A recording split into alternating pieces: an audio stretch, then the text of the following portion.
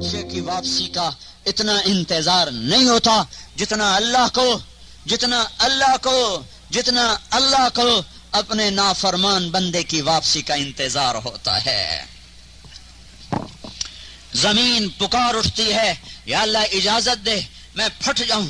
سمندر پکار اٹھتے ہیں، یا اللہ اجازت دے ہم چڑھ جائیں۔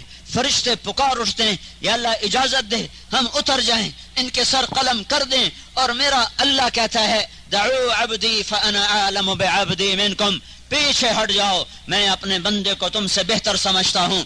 ان کان عبدکم فشأنکم بہ، تمہارا بندہ ہے پکڑ لو۔ ان کان عبدی فمنی والی عبدی، اگر میرا بندہ ہے تو میں انتظار کر رہا ہوں۔ کبھی تو توبہ کرے گا۔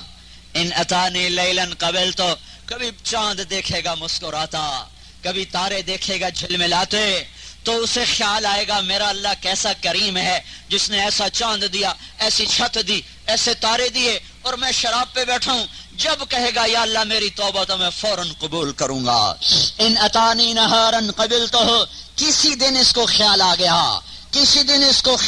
گیا، درختوں کی چھاؤں دیکھ کر، بہتے پانی دیکھ کر، گڑے پہاڑ دیکھ کر، ہواؤں کے ہلے دیکھ کر، اور بلبل کو نغمے سن کر، یا اپنے اوپر نعمتوں کی بارش دیکھ کر، یا بچھے ہوئے فرش کو دیکھ کر، یا پکے ہوئے رزق کو دیکھ کر، یا پیٹ میں جاتے پانی کو محسوس کر کے، یا گائے کے تھن سے نکلے ہوئے دودھ کو دیکھ کر، یا ذبح ہوتے پرندوں کو دیکھ کر، یا انگاروں پر سیخ کباب بنتے دیکھ کر، یا نیند سے بیدار ہو کر، یا ہاتھ پاؤں کی حرکت کی سلامتی کو دیکھ کر، کبھی تو اس ظالم کو خیال آئے گا کہ اے میرے رب میں گندا تو اچھا، میری توبہ، ادھر یہ کہے گا میری توبہ، ادھر میں فوراً اس کی توبہ کو قبول کروں گا۔